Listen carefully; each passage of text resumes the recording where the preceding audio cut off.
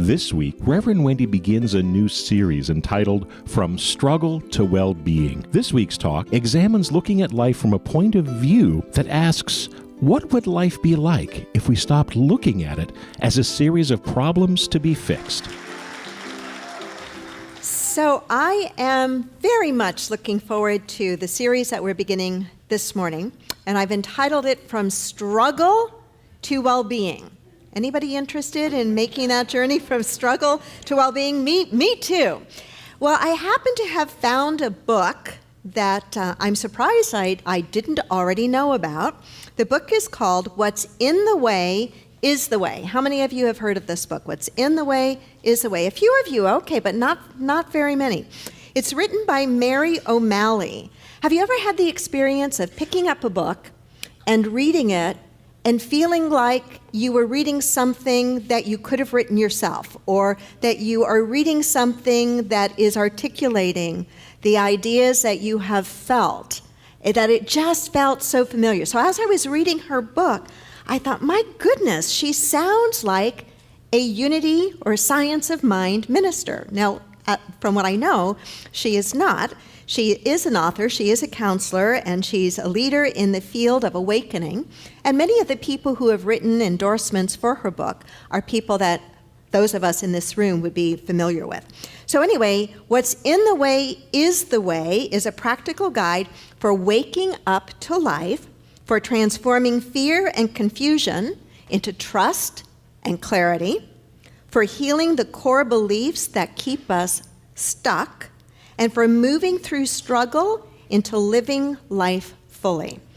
I enjoy occasionally using books as a basis for a series of messages because it gives me the opportunity to do kind of two things: to present some ideas in material that I think is worthwhile and helpful, as well as to share with you my understanding of that material and how I'm working with it. So it gives me a chance to do both of those things. And it also gives you a chance to pick up the book if you want to, and to go deeper and further on your own in it. So the idea is from moving from struggle to well-being. So I want to read part of the opening of the book to you and see if you can relate. I know that I was hooked the moment I read the opening.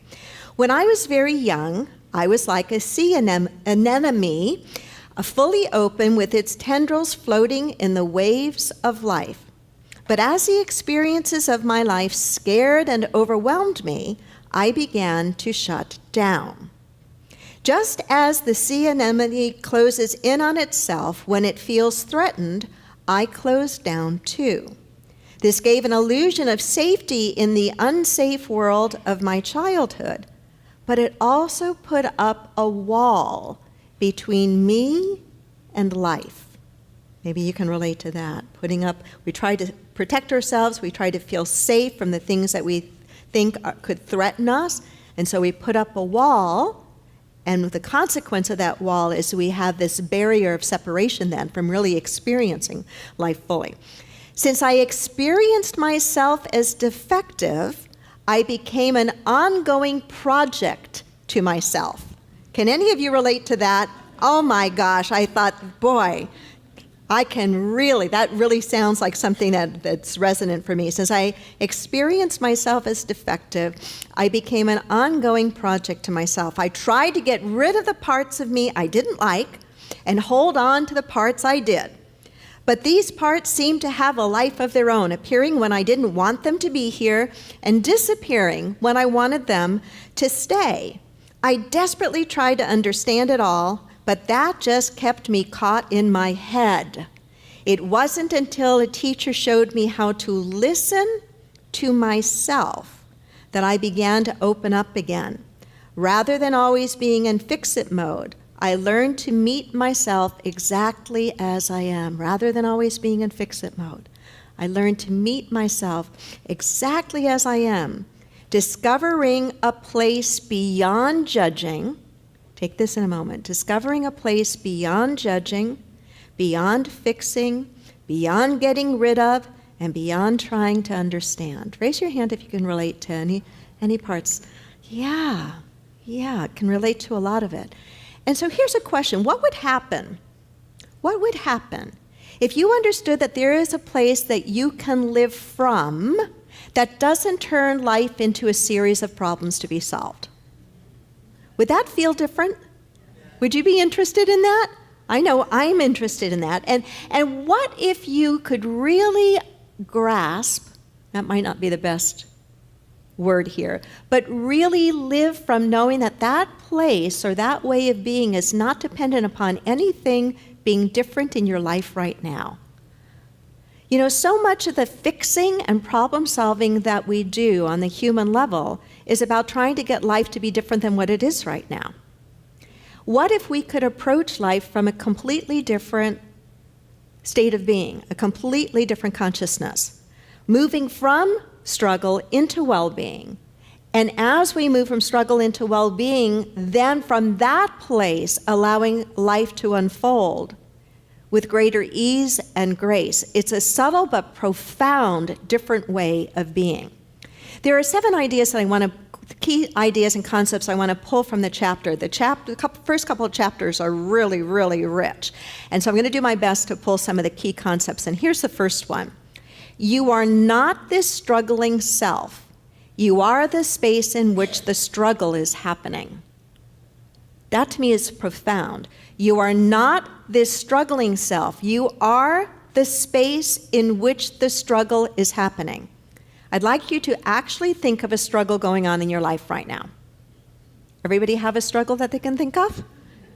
Okay, if you don't have one, nudge your neighbor and ask your neighbor if you can borrow one of theirs just to experiment with for a moment. If you've got plenty, you only need one for the exercise, so just bring a struggle to mind. And now as you think about that struggle, silently speak to that struggle. I am not this struggling self. I am the space in which this struggle is happening. I am the space in which it is happening. I was sharing with somebody after first service for whom English is not their primary language. We have quite a few people in our church for whom that is true. English is their second language. I think Farsi is this woman's first language. And she was struggling just a little bit with this idea of the space. I am not the struggle, I am the space in which the struggle is happening. And I said, maybe in the most simple way, we could imagine a huge circle, but the edge of the circle, the circumference of the circle is quite permeable. It's not this rigid boundary, but for conceptualizing, imagine a circle. And then whatever struggle is current in your life, imagine, give it a shape. It might be a circle, it might be a square, it might be a funny-looking thing, and it's plopped somewhere in the middle of this vast circle. What the author is trying to say to us is something that we speak about quite frequently in metaphysics, and it is the idea that we are not the thing happening to us, we are the totality or the fullness in which it is happening. And when we can get clear that yes, this is happening, and it feels like a struggle or difficult to me right now, but I am bigger than that. I am the space in which it is happening. We give ourselves some breathing room.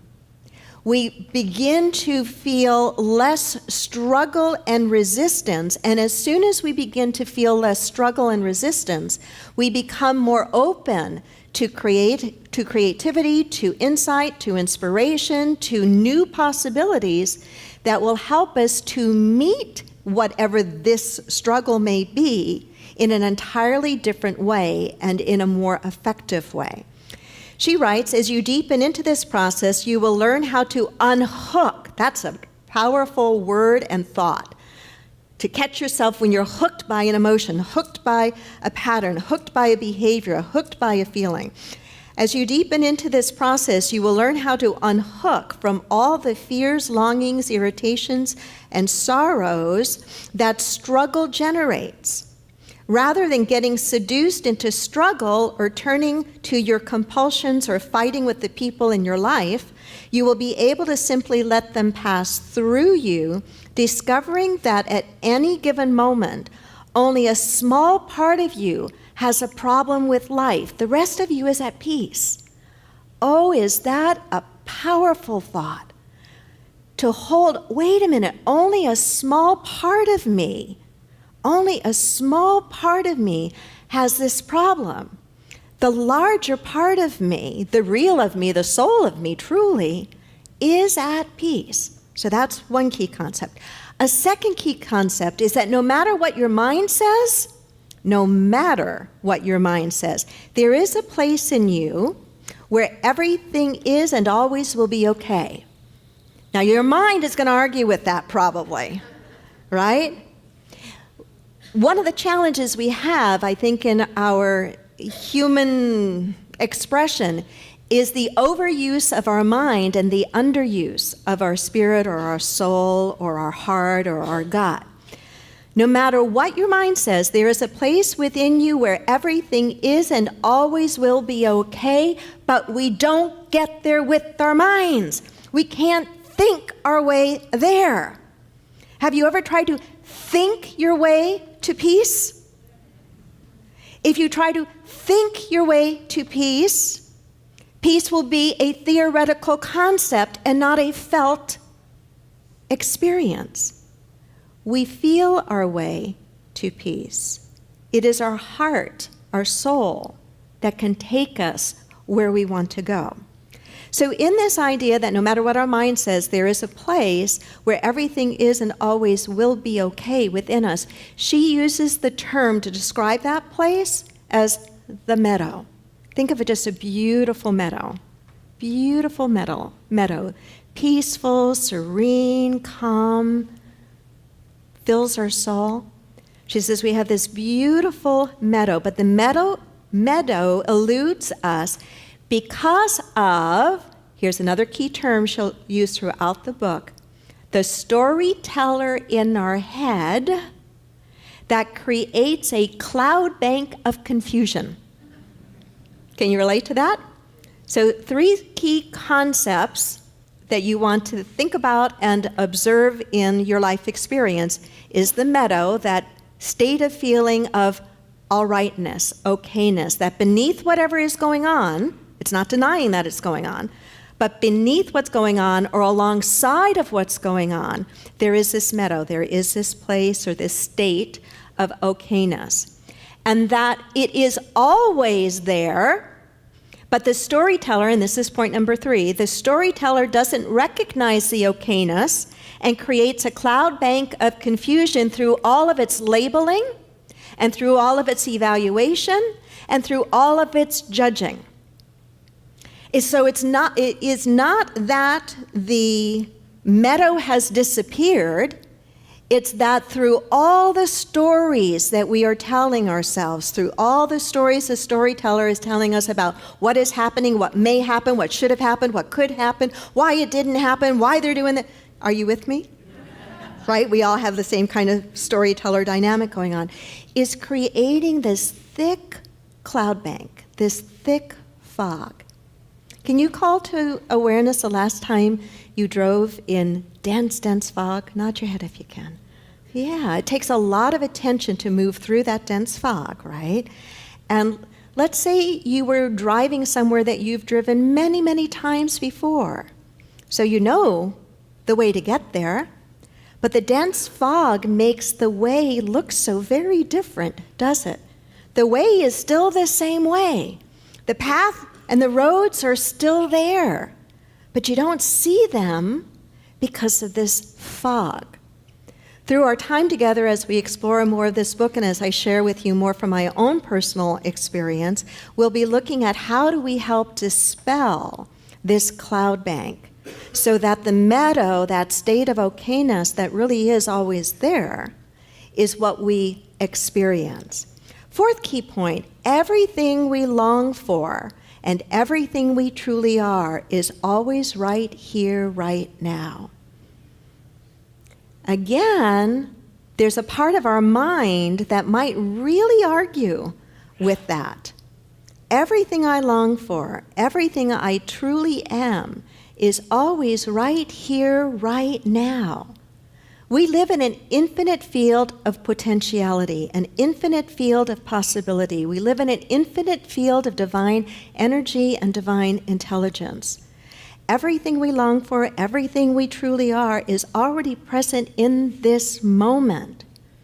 Doesn't mean we are experiencing it in this moment, and oftentimes we're not because of the walls we have built or the cloud bank covering it. You see, there seems to be this predicament, or this pattern, I should say, that many of us share, and it's a pattern of chasing after pleasant experiences and pleasant states of being and resisting the unpleasant ones. If you really look at your life and you were to kind of evaluate your life or try to describe your life to yourself, I bet you could find most everything falls into one of those two columns. That I am either chasing something pleasant, and usually it's something external that I think is going to bring me that pleasant experience inside, or I'm resisting something that's unpleasant, trying to protect whatever good feeling I think I have right now.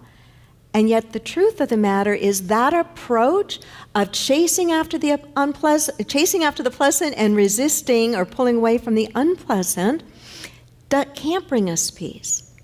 It can't bring us peace. We cannot find peace in anything external to ourselves. So the question is, how would it feel instead to settle into the flow of life? How would it feel instead to settle into the flow of life? Do you remember what it felt like when you first learned how to swim? Yeah, and do you remember what it felt like when you learned how to float? There's a certain need to flow with in order to swim well. The same is true of us spiritually. An ability to flow with.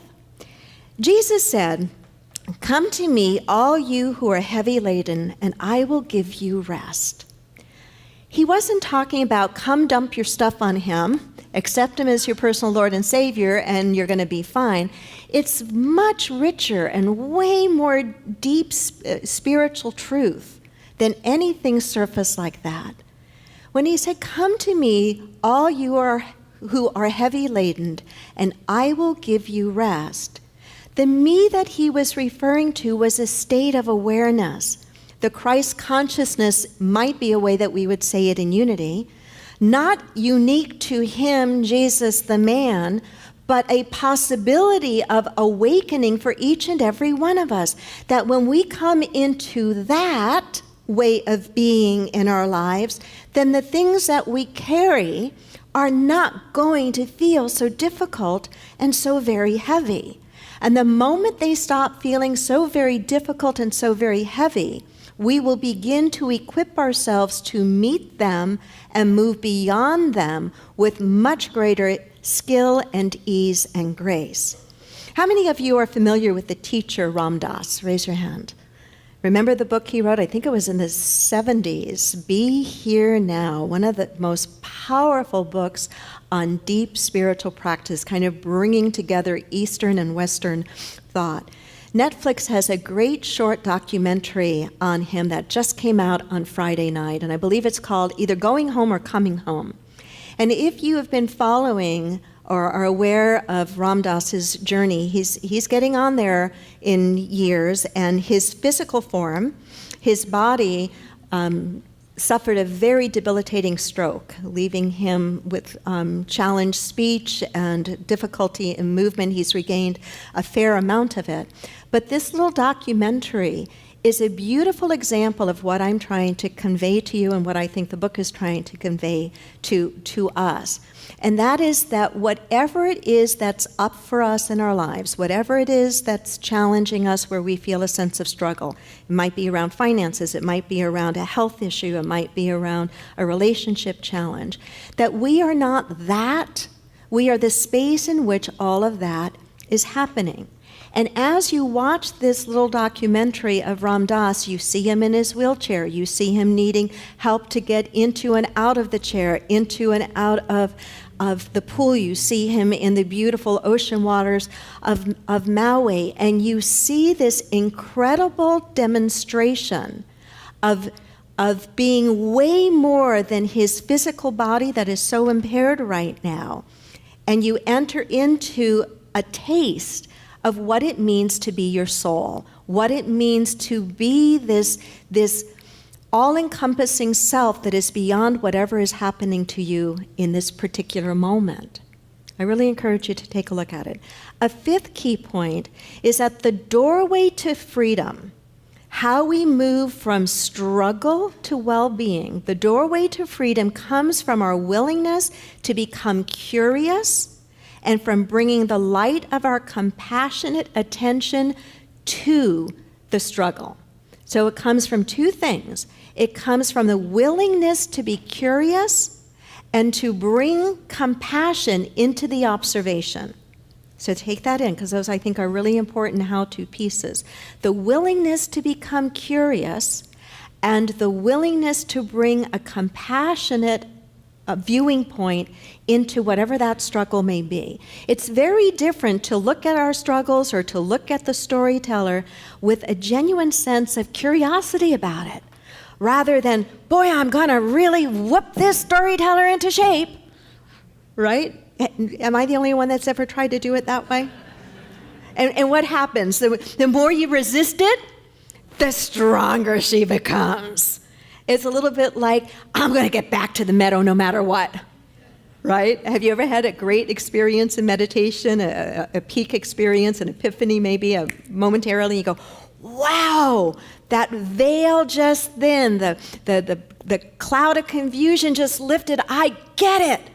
And then as soon as you get it and you notice it and you feel it, the ego steps in and does what? I want it again.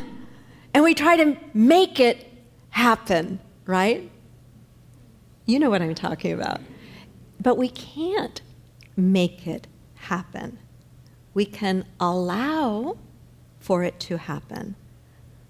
But these are states of being we don't make happen. It's usually the mind, the will, that's trying to make something happen. So the doorway to freedom comes from our willingness to become curious about our cloud bank of struggle and from bringing the light of compassion to it. In Buddhism and in I think many of the Eastern practices, it would be akin to being the silent witness to, or the observer to that which is going on. Right? Can I observe it without being hooked by it? When I observe it without being hooked by it, its energy begins to dissipate and with it, the struggle. She writes, it isn't about trying to get back to the meadow, that's just more struggle. Rather than trying to get rid of your cloud bank, the key is getting to know it. It isn't about trying to fix it, change it, or get rid of it. It's about learning how to be curious about what is going on in your life. The more you look, the less you take these stories personally, and it becomes easier and easier to unhook from them. Sixth idea, key point, life is completely different when you learn how to feel your way with your heart rather than thinking about it with your mind. Let me repeat that. Life is completely different when you learn how to feel your way with your heart rather than thinking about it with your mind. What would it be like if whatever is going on in your life that is really difficult, you said for the time being you're going to take your overthinking mind. Does anybody have an overthinking mind? Overthinking situations and problems and so forth. And you're going to say, you're not going to beat it up, okay? That's not helpful either. But you're going to put it over here. And you're just going to walk away from it for a while. And you're going to do your practice work of centering in your heart. And what is that? It really is as simple as putting your attention in the area of your heart, imagining each breath is what we do in meditation. Imagining each breath moving in and through the area of the heart, and gently holding a very open-ended question, such as, where would my heart take me in this situation? Where would my heart lead me? What would my heart be saying to me right now? There's a part of me that also wants to say, or give a little bit of a disclaimer here, or a little word of caution. When I'm using the heart in the way that I'm using it here, I'm not using it as the seat of emotion. I'm not using it in that sentimental way. I'm using it from the place of the true wisdom of the heart. Many earlier cultures actually believed that wisdom was located in the heart and not in the brain. Sometimes I think the word soul might even be a better word to use.